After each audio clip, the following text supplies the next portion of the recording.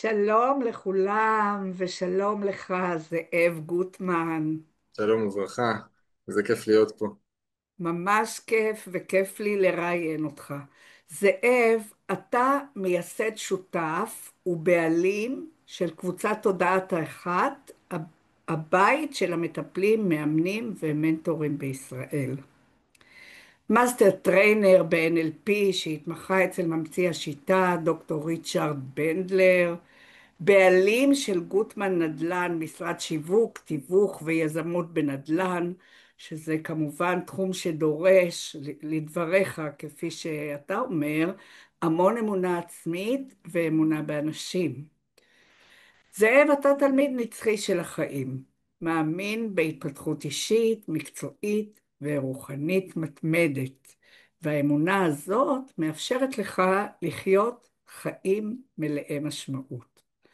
לא פלא אפוא שנושא השיח שלנו היום הוא כוח המחשבה וכיצד היא הופכת לאמונה. אז כדי שנתחיל ככה את השיח, תספר לנו איך, לקהל הצופים כמובן ולי, איך האמונה השפיעה על ההחלטות הגדולות של חייך. וואו, רותי, קודם כל תודה רבה, איזה כיף שאנחנו פה, ותודה על ההצגה שלך, את נהדרת, ממש תודה, זה מרגש. אני רוצה לדבר על הכוח הזה שקוראים לו כוח המחשבה שמוביל לאמונה, שבעיניי זה הכוח הכי הכי חזק והכי גדול שנמצא בתוכנו, והוא מכריע, ממש מכריע בחיים שלנו. בין הצלחה לבין כישלון, הוא ממש קובע איך אנחנו נחווה את החיים, ואם רק היינו יודעים איך להשתמש בו כדי לשנות את החיים מקצה לקצה, אז היינו מגיעים לתוצאות אדירות אדירות בחיים שלנו.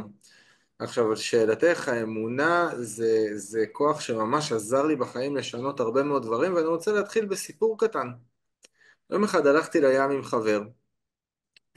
אני לא בחור דתי, אבל אני מסורתי, ולפני יום כיפור אני אוהב ללכת לים לטבול, ככה להיטהר, לטבול את כל הגוף במים, וחלק מהטבילה בים כרוכה בלהיכנס עירום, להוריד את כל הבגדים, להוריד את כל הדברים שיש עליי, ונכנסנו אני וחבר למים, הורדתי את כל הדברים, יש לי על היד טבעת שהיא מאוד יקרה לליבי, היא כבר 25 שנה על האצבע שלי, לא יורדת מהאצבע אף פעם, ובאותו יום משהו אמר לי, תוריד את הטבעת, תן לו, תהיה לגמרי עירום מכל דבר.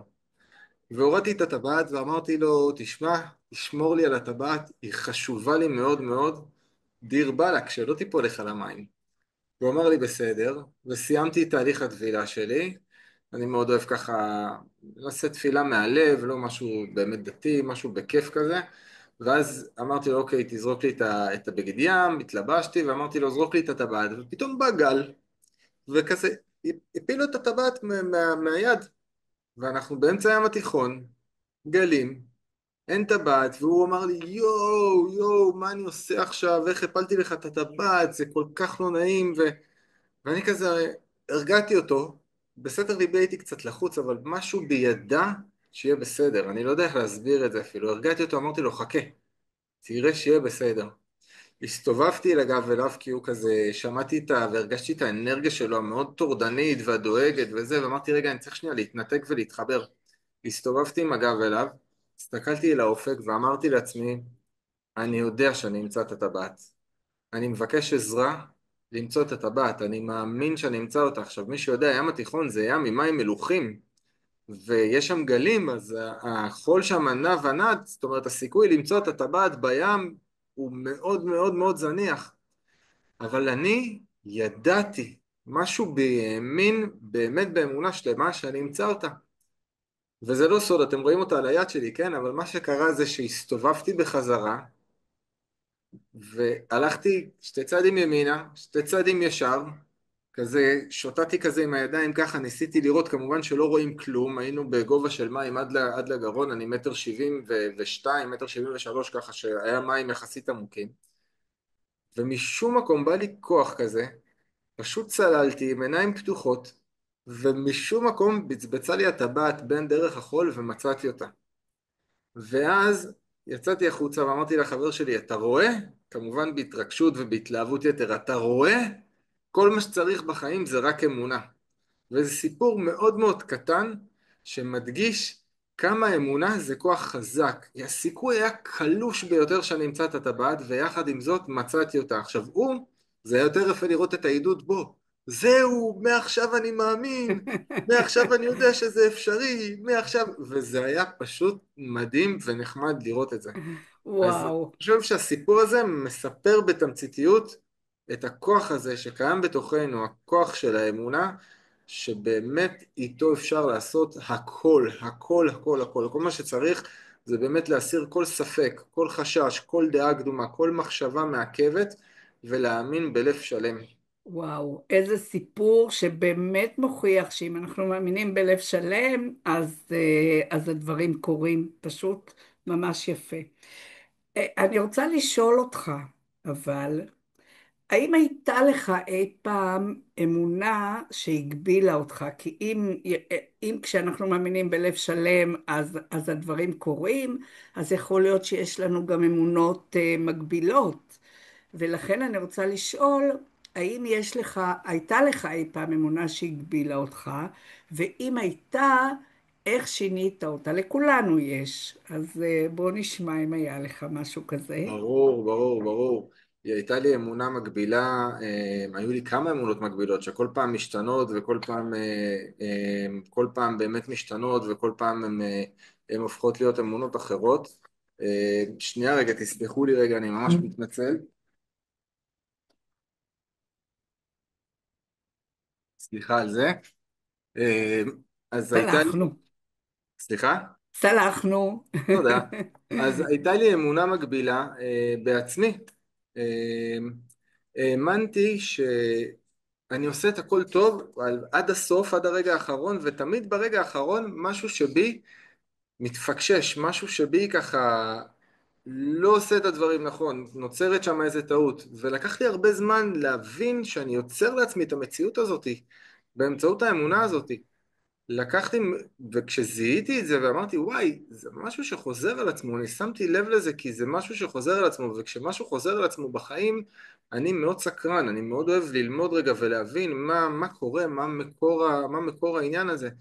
ואז הבנתי שיש בי איזה משהו שמאמין בתוכי שאני לא יודע עד הסוף לעשות דברים, אני לא יודע עד הסוף לסגור אותם. ומהרגע שזיהיתי אותה, קודם כל, כבר 50% מהסיפור הזה נפתר.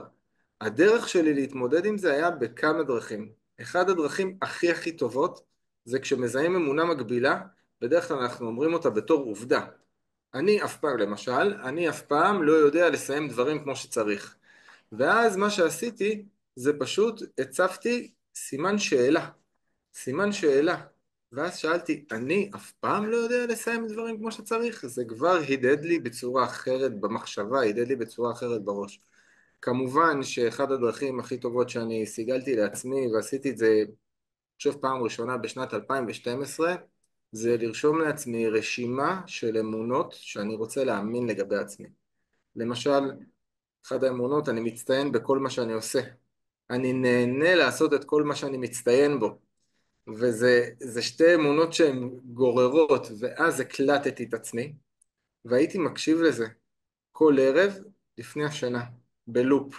עם השנים כבר השתכללתי ושמתי מוזיקה של תדרים ברקע, וגם עד היום אני כל בוקר מתעורר, יש לי סט אמונות שאני רושם לעצמי כל כמה שנים, שאני רוצה לתכנת את הראש שלי, ואני יכול להגיד לך שזה עושה ניסים. אחד הדוגמאות הכי טובות זה היה שב-2012 היה לי קצת קושי בעסקים, בעולם הנדל"ן שעבדתי, לא הצלחתי לסגור עסקאות, הייתי מתקשה, ופשוט רשמתי לעצמי משהו כמו אני סוגר עסקאות בקלות, עסקאות מכירת הנדל"ן מגיעות אליי בקלות ובקלילות ואני מרוויח מלא שפע. 3 שבועות אחרי שהתחלתי, מכרתי בית ב-12 מיליון 850 אלף שקל, שזה סכום אדיר, עמלת תיווך אדירה, ואז נוכחתי לדעת כמה אמונה זה דבר חזק, זה הכוח הכי חזק בעולם, זה לא משנה אמונה למה. אני אוהב מאוד להגיד שאמונה זה שורש א' מ' נ', וככה אני אוהב להגיד את זה לעצמי מלשון אימון. מה זה אמונה בעצם? אמונה זה מחשבה שאתה מתאמן עליה. מחשבה שאתה מתאמן עליה הרבה, היא הופכת להיות אמונה. אבל זה לא נגמר שם, כי אמונה שמתאמנים עליה הרבה, וזו הרמה היותר גבוהה של אמונה, זה ידיעה. זה כמו שידעתי בים, ידעתי, פשוט ידעתי, משהו בידע שאני אמצא את הטבעת. זה היה מעבר לאמונה. גם ידיעה שמתאמנים עליה הרבה הופכת להיות הרגל, והרגל שמתאמנים עליו הרבה הופך להיות לדרך חיים. ודרך חיים שמתאמנים עליו הרבה זה להגשים את הייעוד שלנו בעולם. וזה הכל אני, מתחיל ממחשבה שמתאמנים עליה והופכת לאמונה. אני אז מסכימה, מסכימה איתך מאוד מאוד. אתה בעצם מתאמן על התת-מודע. זה אמונה על התת-מודע. התת-מודע הוא שמייצר את המחשבה, ואז אתה מתאמן בעצם על לשנות את התת-מודע. אני מאוד מאוד מסכימה איתך, והדרך שלך היא פשוט מדהימה. היא תודה. יפהפייה, וזאת עבודה לא פשוטה לעשות את זה. עבודה לא פשוטה, אבל ככל שעושים את זה יותר, ככה יש גם יותר מצליחים, ככל אני רוצה שעושים את זה להגיד יותר. משהו על זה, רותי, את צודקת, אבל עבודה לא פשוטה יכולה גם להיות אמונה מגבילה. אני אה, מאמין שזו עבודה פשוטה. היא יכולה יפה. להיות ככה. כי אני מאוד חובב את כל נושא התת-מודע, גם NLP וגם טרנס תרפי, שזה תחומים שאני מאוד אוהב להתעסק בהם ולהעמיק בהם, ואני רואה שם שינויים שקורים ככה, כהרף עין. הכל, כולנו מנוהלים דרך התת מודע שלנו. בעצם הוא מנהל אותנו, הוא יוצר את הרפואה שלנו ואת הבריאות שלנו, הוא יוצר את המחלות שלנו, הוא יוצר את הכל בעצם. והשינויים דרך התת מודע הם שינויים הרבה יותר מהירים, הרבה יותר מבוססים, זאת אומרת לא צריך יותר, קוראים לו תת מודע כי זה אנחנו לא מודעים, לא תמיד צריך להיות מודעים למה שקורה שם. צריך פשוט לתת לדברים לקרות והם קורים ככה, ממש כהרף עין. יש לי מיליון סיפורים של טיפולים ושל דברים שקרו לאנשים, וזה רק בכוח האמונה. אם יש לנו זמן אני אספר עוד סיפור קטן. ספר.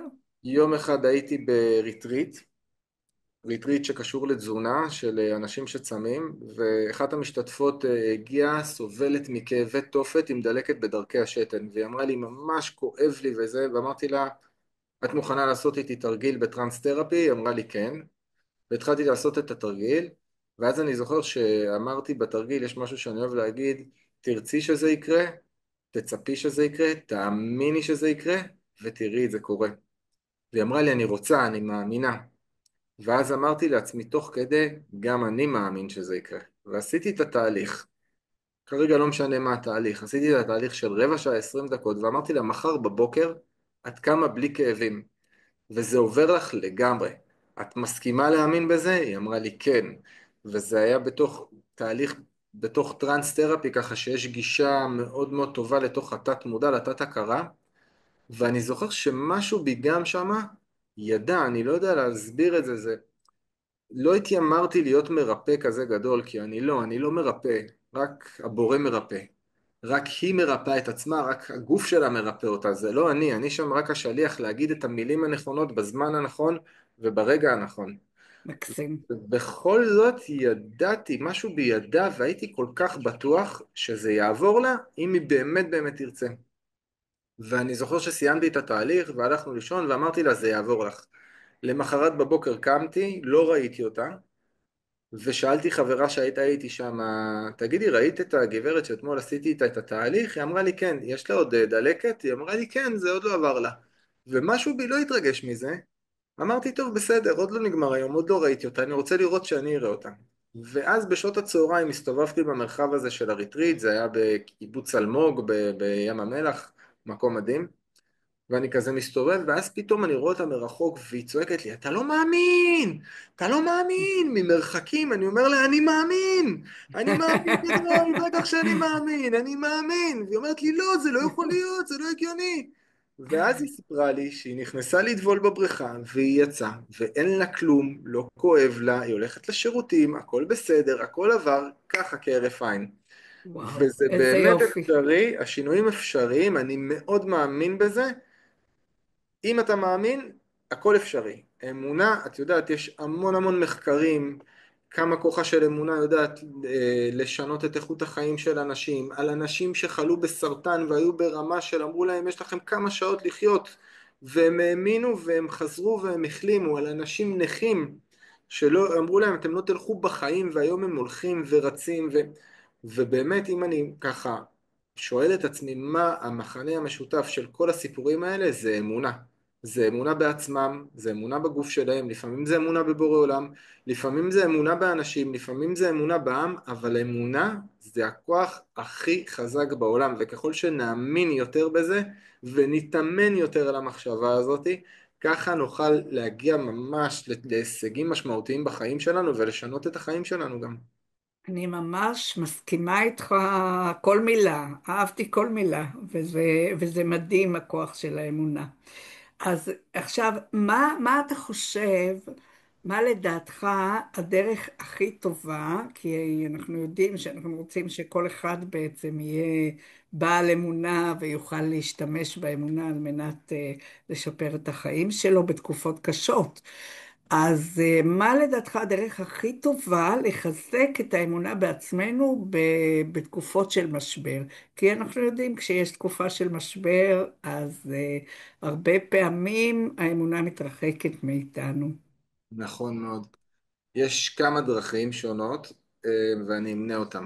אחת הדרכים היא להיזכר בסיטואציות דומות שהיינו בהן ושהיינו שם בעלי תושייה, שהצלחנו בהם, שלכולנו יש מקרים שהיינו במצבים של לחץ או של עומס או במצבי משבר ששם גילינו תושייה והצלחנו ופעלנו נכון.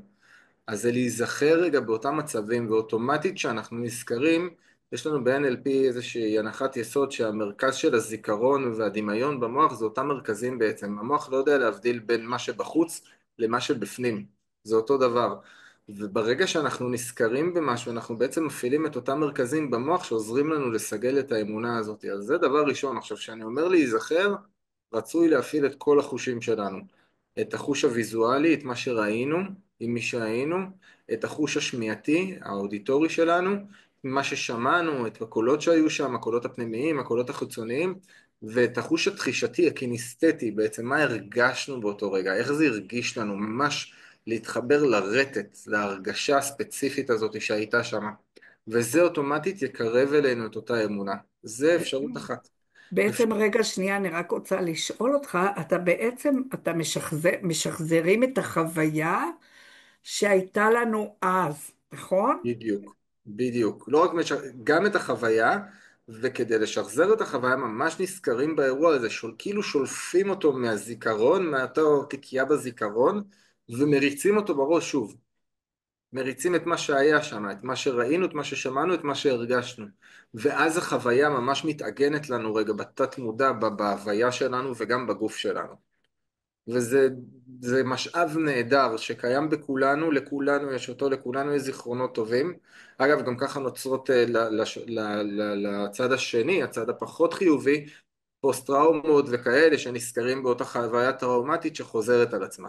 אבל אפשר עם אותו כלי בעצם לייצר חוויה שהיא חוויה מעצימה, שהיא חוויה שמלמדת אותנו, שהיא חוויה שעוזרת לנו בעצם לקבל את הכוחות שלנו ואת המשאבים שלנו מאותו ניסיון עבר. זו דוגמה אחת. דוגמה נוספת היא חזרתיות. יש איזושהי הנחת יסוד ב-NLP שאני מאוד אוהב, החזרתיות היא אם כל המיומנויות. המוח שלנו הוא מכונה מדהימה, הוא אוהב לחסוך אנרגיה, ובגלל זה אנחנו עובדים הרבה על אוטומטים. כי כשהוא נכנס לאוטומט מסוים, הוא עובד בדפוסים שהוא שולח פולסים חשמליים ממרכזים שונים במוח, וככל שאנחנו חוזרים עליהם ככה, אותם דפוסים, אותם נתיבים במוח שלנו נהיים רחבים יותר, ויותר קל לפולסים החשמליים לעבור. זאת הסיבה שאנחנו חוזרים על ההרגלים שלנו, שאם נשים לב 90% מהמחשבות שלנו הם אותן מחשבות כל יום.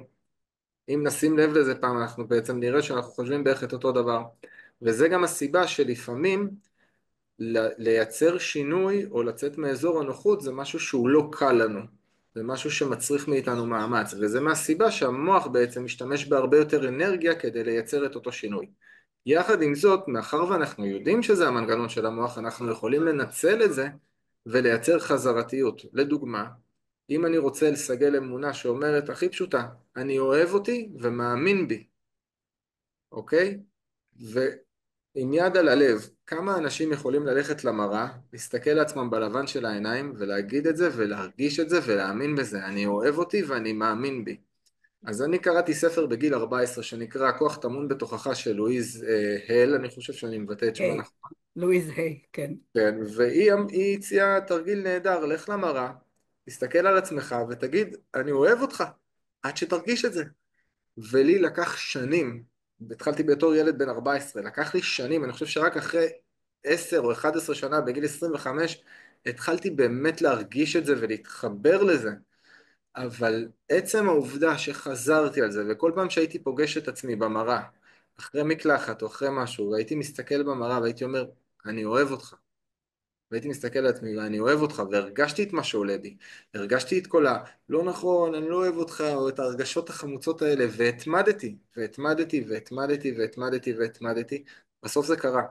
יש דברים, יש אמונות שקורות הרבה יותר מהר מ-11 שנה, בסדר? יש דברים שקורים גם תוך ימים ספורים ותוך שעות. הרעיון הוא החזרתיות.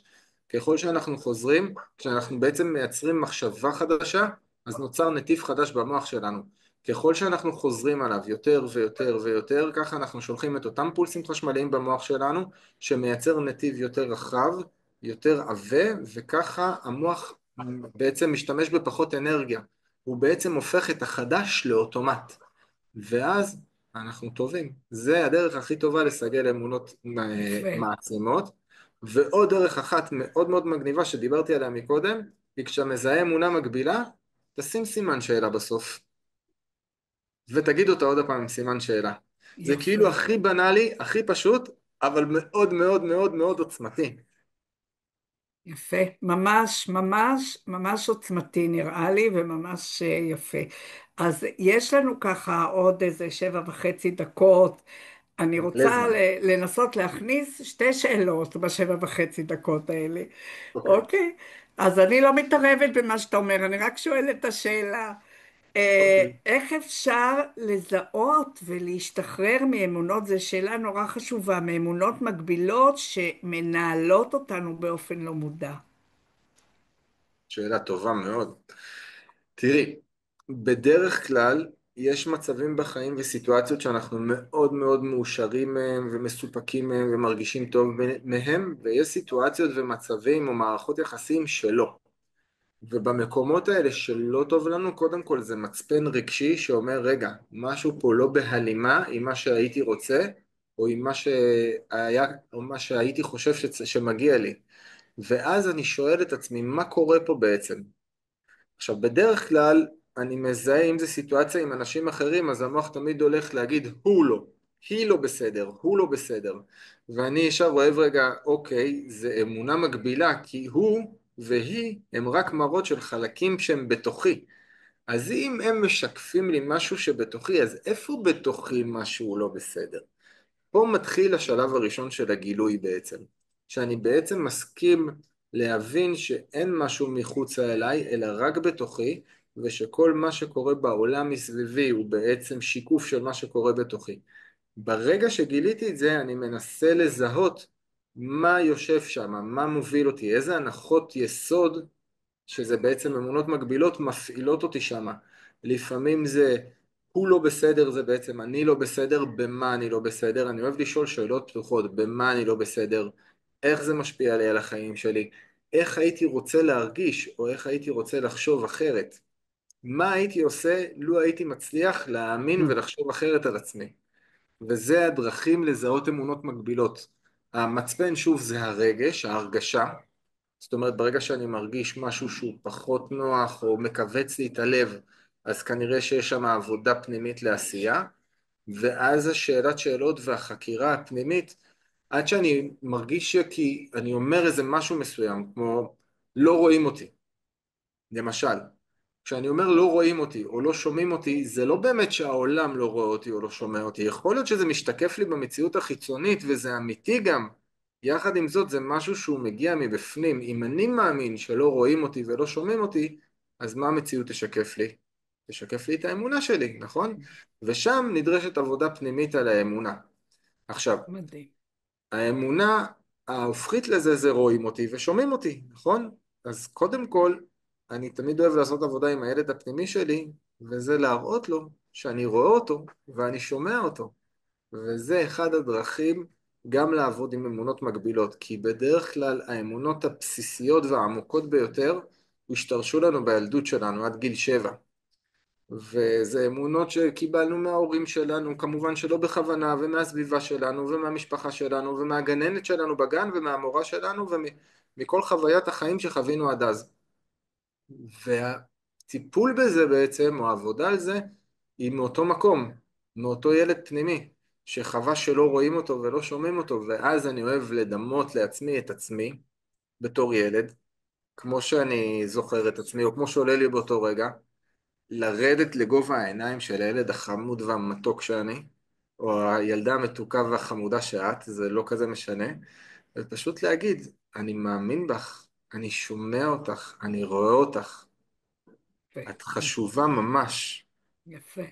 ולקבל את הפידבק גם, להסכים לקבל את ה... לפעמים עולה שם בכי, לפעמים גם אנחנו מגיעים ממש לאותה אמונה שורשית שהיא השתרשה שם ומאיזושהי סיבה, ושמה לעשות את הטיפול, וזה משנה חיים ברמות.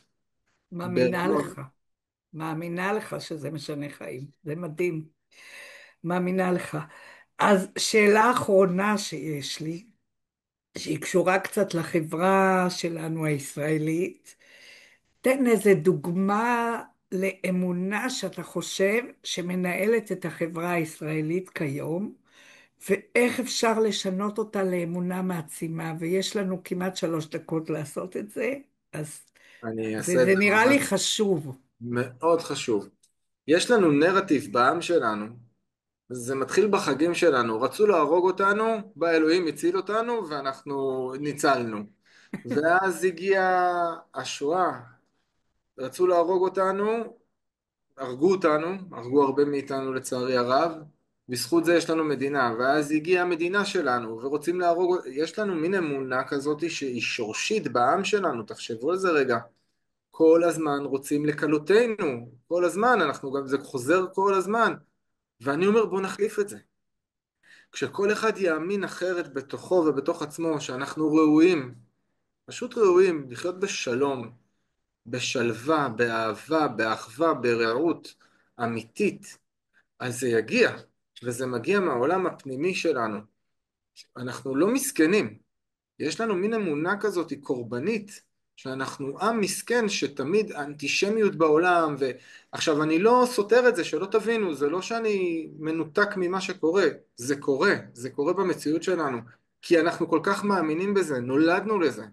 שנולדתי בתור ילד קטן, נולדתי לזה, אנחנו מתחנכים על זה, זה בחגים שלנו, זה ב, ב, בשיח האזרחי שלנו, זה בכל מה שאנחנו חווים, ואני ממש ממש קורא פה בקריאה נרגשת בצו 8 לכל העם שלנו, תתעוררו וקומו, מגיע לנו לחיות חיים טובים, להאמין שמגיע לנו שלום, מגיע לנו אחווה בינינו לבין עצמנו, קודם כל בתוכנו, בפנימיות שלנו, לאחר מכן במשפחתנו, בין חברינו, בעמנו, אנחנו עם שונה עם כל כך הרבה דעות, ומותר שיהיה למישהו אחר דעה שונה משלי.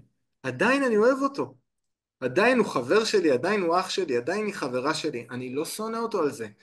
אני לא חושב שבגללו כל המצב קורה. המצב קורה כי אנחנו מאמינים באמונה מושרשת שאנחנו קורבן, אנחנו לא. אנחנו צריכים לעמוד זקופי קומה ולזכור כמה אנחנו אוהבים ונאהבים ולהפיץ את האהבה והאור הזה בעולם. ובאמת, זה הדבר שהכי מרגש אותי בכל הרעיון הזה, זה ככה לקרוא לכולם, קומו, תתעוררו, תאהבו, תסתכלו על מי שנמצא לידכם עכשיו, לכו תחבקו אותו. פשוט חיבוק, כל מה שאנחנו צריכים זה רק חיבוק, זה רק מדהים. אהבה, זה מילה טובה. ככל שנפיץ את זה יותר בעולם, ככל שניתן מזה יותר בעולם, ככה העולם שלנו יראה יותר טוב, ואנחנו נראה שאנחנו נגיע לשלום אמיתי, לאחווה, לרעות אני ולאחדות. מסכימה כל מילה, אוהבת כל מילה ומסכימה עם כל מילה, ואני רוצה להגיד לך שזה היה ראיון מרתק, ואפשר לדבר על הנושא הזה עוד שעות, אבל ממש. באמת ניסינו ככה למצות, וזה היה באמת מאוד מאוד מעניין, ותודה רבה לך, תודה רבה לך, רותי. ואנחנו ממש זכינו להקשיב, בהקשבה לדברים שלך, כי אלה דברים שנוגעים לכל אחד ואחד מאיתנו. תודה רבה רבה רבה לך, תודה על הזכות, תודה על הרעיון המקסים, ממש לעונג לי הוא לחוות את זה איתך ולהעביר את זה איתך, ממש תודה רבה לך. תודה רבה לכולם על ההקשבה ועל הצפייה.